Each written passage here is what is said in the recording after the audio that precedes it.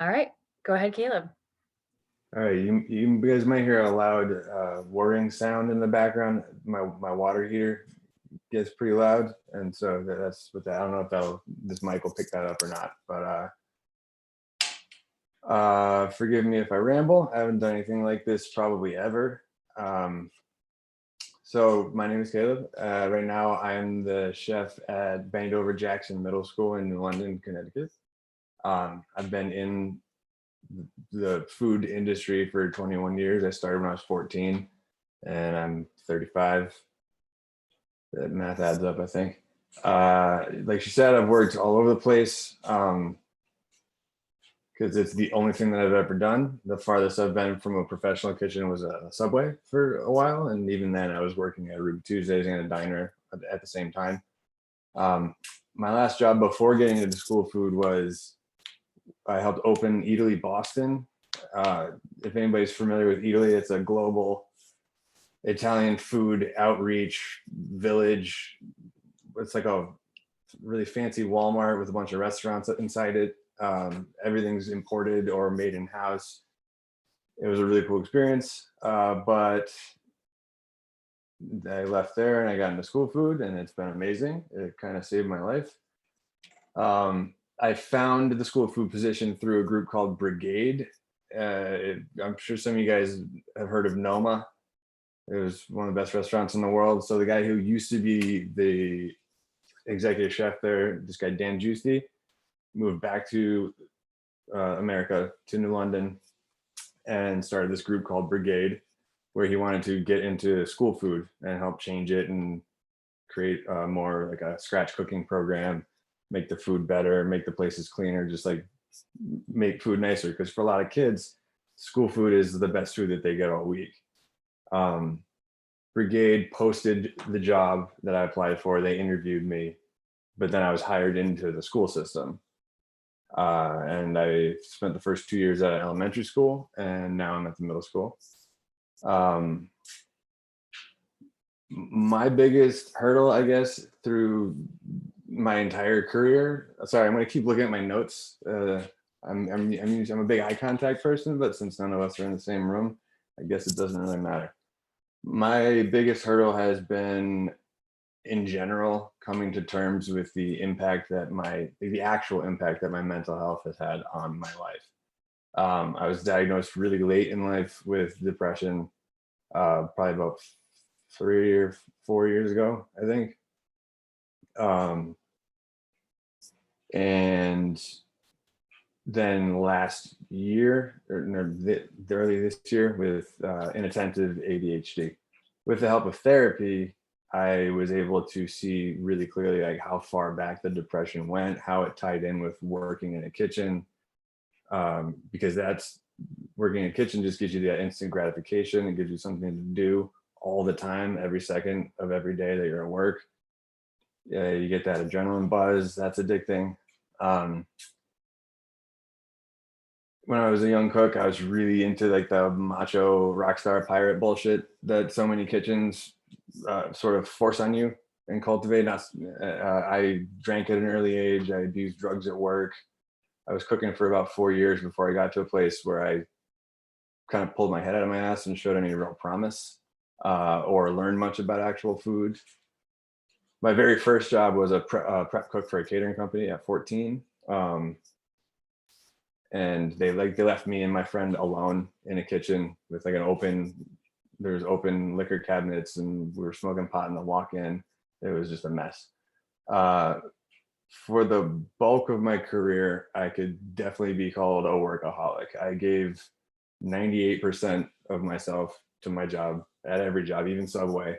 Like it was just, and looking back, I can say that because of what was going on in my head with the depression and my self-image, by throwing myself into work, I could completely avoid dealing with any of that. Because that's like an instant, you put up something good and you're told that it's good right away. Like there's no real shades of gray. Like you can do it or you can't. The image and like the lifestyle of being a cook, like I wanted that to be the only defining trait about me. Like I was so one dimensional to the point where I have a very clear memory of going out to get drinks with some of my wife's colleagues from a lab she was working in, and I was the only one there not from their lab. I was the only one there who was a cook, and I sat with my back to the wall, feeling so deeply like uncomfortable and not enjoying myself, and like I had nothing to offer to the conversation because none of them had ever cooked in a restaurant before, and so and I had never worked in a lab, like I was not a scientist, so it was just a very very uncomfortable feeling. Um, so I was just obsessed. I was just obsessed with being a cook, and it didn't really help. Like I read Kitchen Confidential when I was 16, and I mean I'm sure you guys all know that book, Anthony Bourdain. That was the book that like really made him famous. Excuse me. And you know, I was a baby line cook. I thought that book was so badass. I was working in a brew pub. The older guys would give me beer before dinner service, in my water cup. So even though that book sort of catapulted me into the more negative aspects of this business, thinking that they were super cool, I'm really thankful for it because Bourdain became one of the greatest influences of my entire life. Like what that man did with his life, the ups and downs, like all the shit that he went through, the addiction, the divorces, and then he still created something that spanned the entire world. Like the amount of people's lives he touched was just like, it still blows me away. Like I have the logo from his cookbook tattooed on my leg. Most of my tattoos are really shitty, but that one I'm really proud of. And when he killed himself, I had already been in therapy for a little bit, but I wasn't taking it super seriously. But that really hammered home what like the scary reality of what mental health can actually mean, because like you look at his life, it was amazing, and he still had to go. And so that got me really scared for myself, for my friends, some of whom I know who are like suffering from like similar things. And it really made me like put my head down and focus on the treatment and medication. And my rock bottom of my career probably was when I was fired. My very first executive chef job, I have had two. And the first one I got fired after about 2 years. It was billed to me as like a great job for a beginner chef. But what it was this tiny restaurant that had been open 5 years earlier by three really close friends. One of them was the chef. They parted ways on really bad terms. And this guy ran the whole place out of his head. Like there was no inventory system. There were no records. The place was grimy. The chef was more concerned with getting stoned with his cooks on the job than he was with building like the skeleton of what you would need to run a restaurant. So I went through this intense interview process. I got the job. And then all of a sudden it was like I got shoved into the deep end of the pool with weights in my shoes. Like I was just flailing. I wasn't allowed to hire a sous chef for over 8 months. There was constant pressure to change the menu weekly, but to get a proper inventory system up and running, change the menu, but then stop spending so much time in the office, spend more time in the kitchen with the cooks. Like it was just, they were pulling me back and forth from the day one. And I was just sinking really fast. I very quickly became like a sullen, angry version of myself. I was not putting out good, I was putting out good food. Like I'll stand by the food that I made at that place, but I was being a shit manager. And while it wasn't all my fault, I'm sorry, I'm cursing a lot. I don't know if you guys will need to beep that out when you put it on my website or, so I was putting out good food, but I wasn't being a good manager. Or husband. I was not being a good husband or partner. Like this happened right before we had our first child, and then I got fired, and that just tipped me over the edge into a really long, slow spiral downward. And the background depression that I had never acknowledged just came rocketing forward. And instead of being like a rock for my wife after we had a kid, she wound up having to take care of me because I could barely like function as a human. Like that had that shook me to my core, that like I finally got this job and then I got fired. And I just didn't see it coming, even though I brought a lot of it on myself. The outward signs of the depression, that like the way I was broadcasting myself to the world, but not understanding it or registering it, has followed me still to this day. Um, I'm often asked like, what's wrong? Are you angry? I often show signs of emotion I might actually be feeling, but not register it. Um, it's feedback I've gotten from multiple jobs. Excuse me.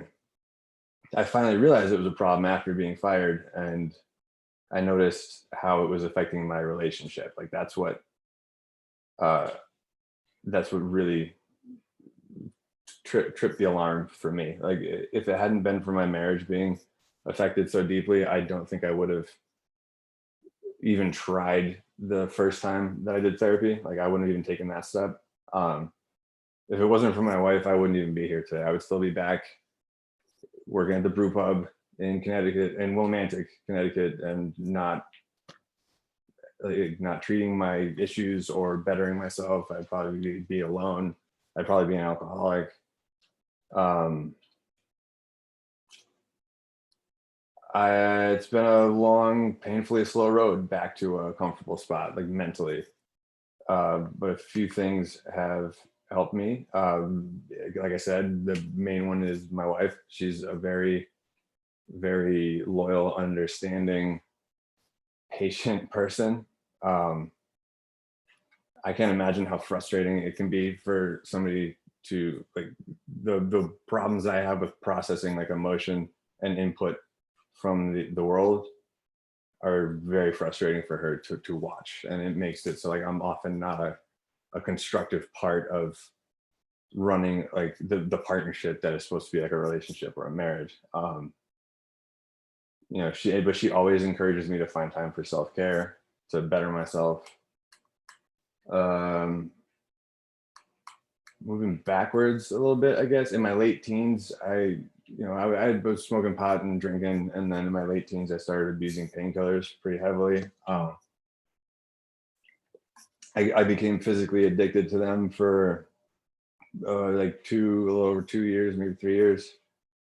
Um, I've and luckily I didn't have to go to rehab. I was able to wean myself off of them. I never did heroin, but like I lost a couple friends to it.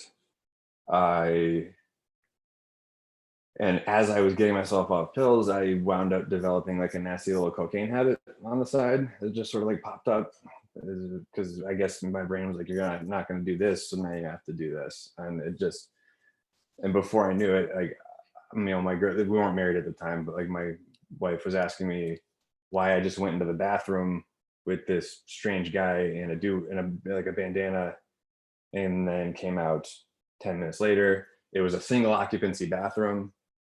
So like my slick idea of like, let's go into the bathroom and do a drug deal.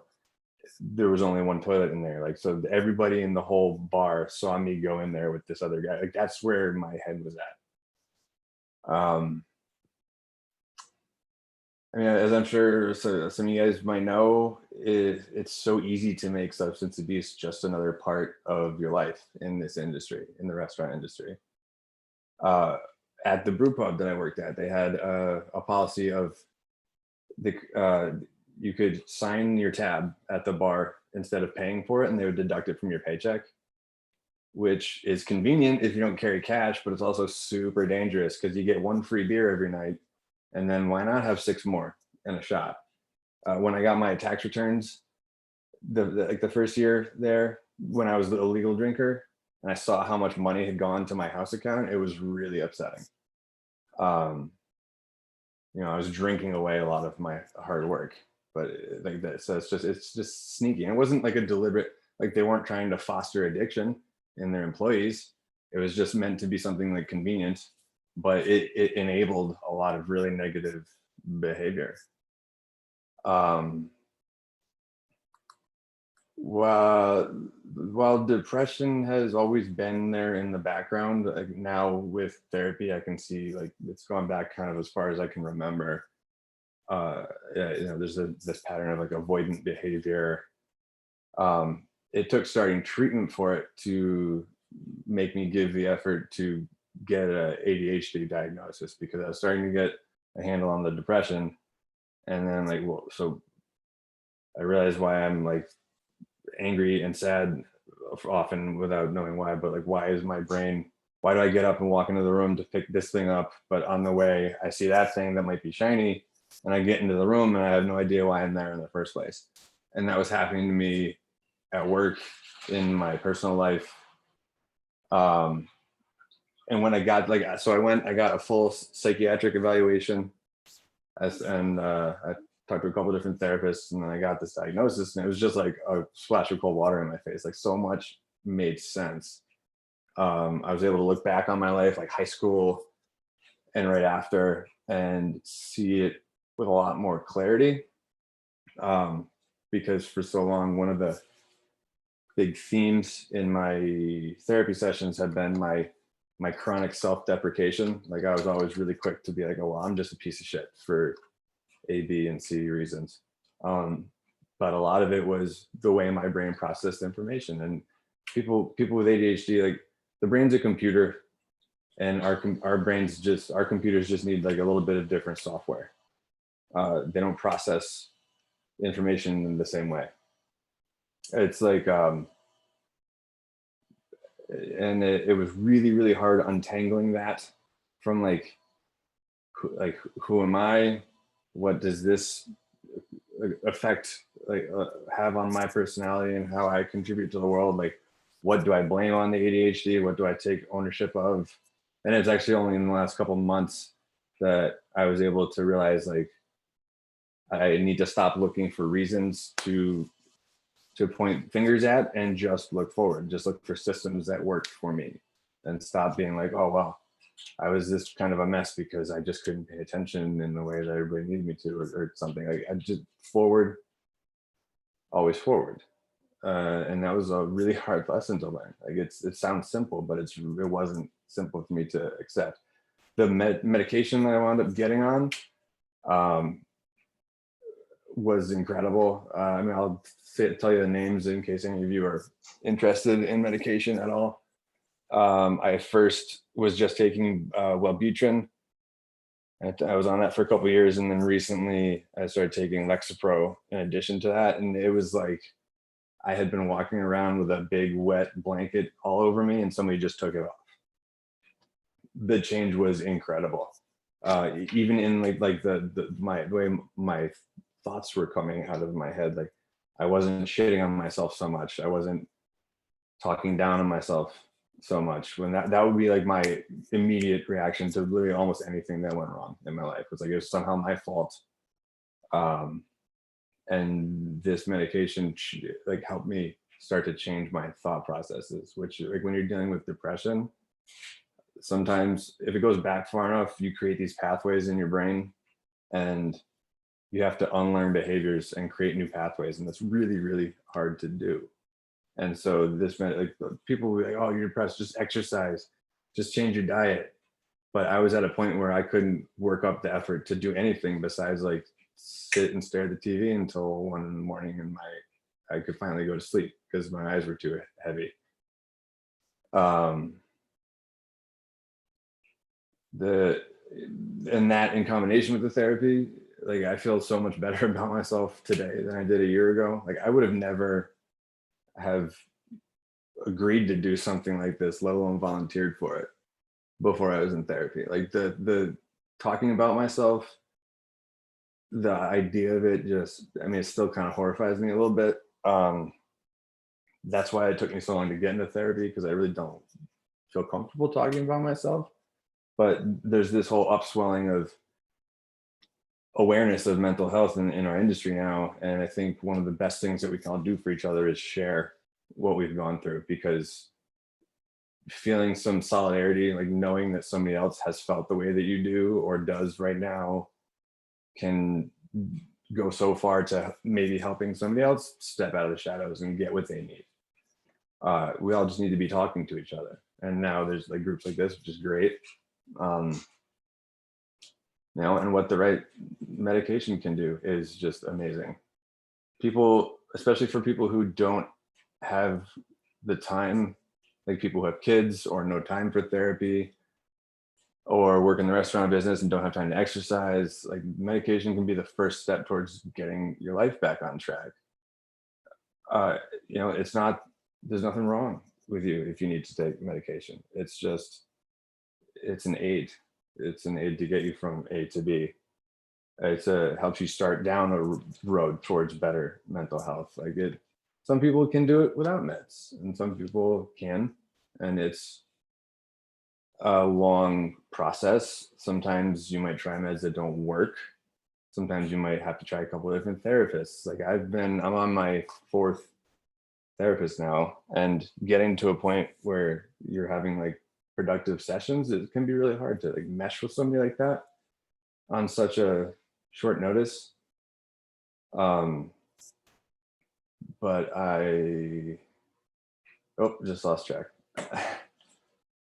So just keep trying. That's the important thing, is like like my wife, she goes to therapy too, like, because we take mental health very seriously, and she had a hard time. She almost quit because she went for one session, two sessions, wasn't feeling a connection, but then she went to a third session with this person and something clicked, and now she's been seeing this same person for a couple of years, and she's had some really great breakthroughs.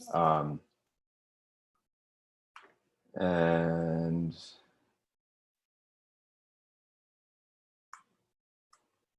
sorry. So yeah, I've been in school food for 3 years now, and it probably saved my marriage. Like I went from working all holidays, working nights and weekends, to being home by 3:30. Um, like 2 years ago, we spent like New Year's and Christmas Eve together for the first time. I've been with my wife for almost 14 years, and we've spent holidays together a handful of times because she was a waitress when we met, and we were both just always working. And now like I get to see my family, and but that came with its own challenges. Like that this job has given me a lot, but it doesn't replace the rush you get from like a busy dinner service or that first beer at 11 on a Friday night.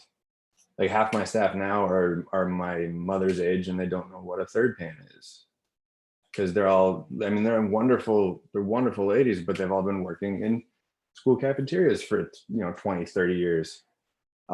Which is another cool thing about Brigade, was like they would take the existing staff, and instead of replacing them, just train them. So now all these ladies, like they know the proper way to hold a knife, they know what to do with raw chicken. But still, it's not a restaurant kitchen. Like you can't behave the same way, you can't manage people the same way. That's another hard lesson that I learned when I started getting sous chef jobs and chef jobs. Was when I was a cook, I was like, the rules are the rules. You do it or you're gone. You get the job done. But everybody needs to be managed slightly differently.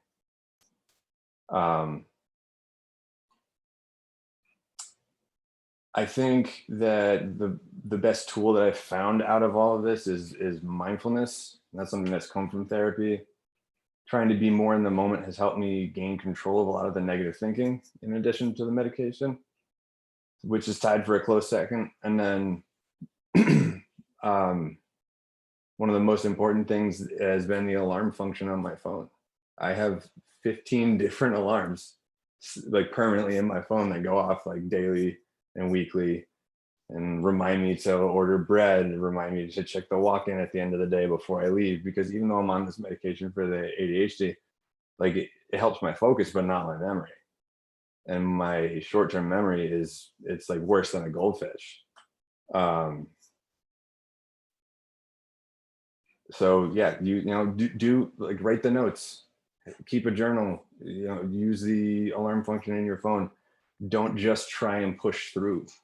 Like that's what I would take away from like my career up until now. Don't just try and get it done. Take a good long look in the mirror and ask yourself, are you okay?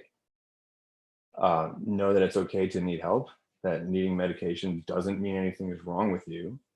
and just keep talking. Talk to your friends, talk to your family, talk to a stranger on the internet. Um, just keep talking, because that's the best, fastest way we can all help each other, is to be present. Um, and if anybody, wants to keep talking after this, I'd be more than happy to give out my contact information, like, because I just want to try and reach as many people as I can. So I don't know how to do that on here. Can I send a message to everyone? I feel like my mother right now.